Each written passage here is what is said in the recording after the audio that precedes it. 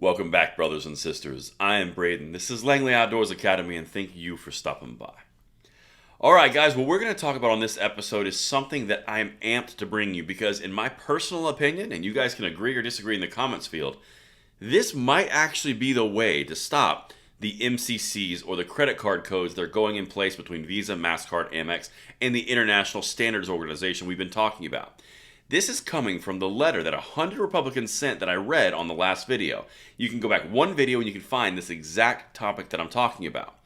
But I'm going to hit on a few highlighted points that were questions that the Republicans brought up in this letter directly targeting MasterCard. And here are some incredibly crucial things that, in my opinion, again, let me know if you agree or disagree, are going to have an impact on the outcome of this scenario. Everything is linked if you need anything, it's in the description box, but let's get into this. I want to show you a definition which is important to understand as we go forward. Fiduciary duty, okay? Overview. When someone has a fiduciary duty to someone else, the person with the duty must act in a way that will benefit someone else, usually financially. That's the key. The person who has a fiduciary duty is called the fiduciary, and the person to whom the duty is owed is called the principal or the beneficiary. If the fiduciary breaches the fiduciary duties, he or she would need to account for the ill-gotten profit. The beneficiaries are typically entitled to damages. That's litigation, that's lawsuits. That is something you do not want if you are a corporation.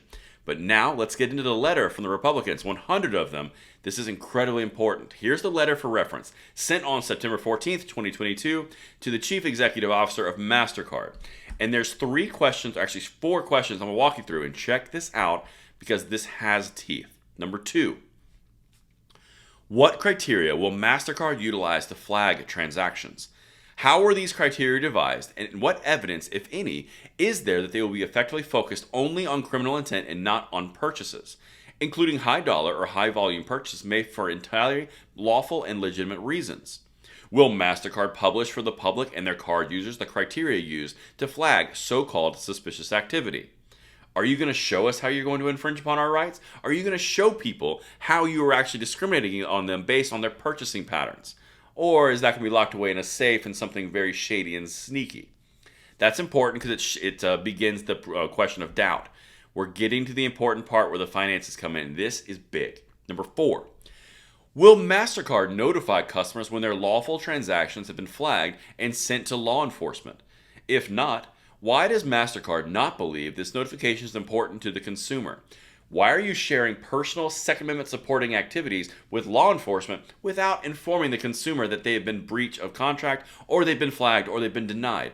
Why are you keeping that secret and reporting on them for a lawful purchase? Sowing doubt. This is incredibly important because if Republicans have power again, which is more likely than not, this is going to come up and they're laying the groundwork. But this part right here, this is where fiduciary responsibility comes in, and this is where they're going to get their hand caught in the cookie jar, at least in my opinion. This is number 5 from that same letter. Has your company considered the reputational risks and possible implications for your fiduciary duties to shareholders of potentially angering or alienating a large percentage of America's more than 100 million gun owners, or the millions more who wish to purchase or own firearms without being subject to intrusive surveillance or registration? This is incredibly important because what these Republicans are saying is, your shareholders and stockholders, you have a fiduciary responsibility to behave in a way that is in their financial best interest. This is law. This is a standard. And if you don't behave according to that fiduciary responsibility and make decisions that go poorly for them, the stockholders and shareholders, then you are opening yourself up to litigation for violating your fiduciary responsibility based off of the 100 million gun owners, which is a third of the population in the United States, roughly. That seems like it would have a financial impact on those shareholders and stockholders, doesn't it? Fiduciary responsibility may be the thread that unwinds this entire thing because the Visa, MasterCard, Amex, they don't want this kind of heat. And this right here, that is extremely important as we move forward. And then the last one, number 6.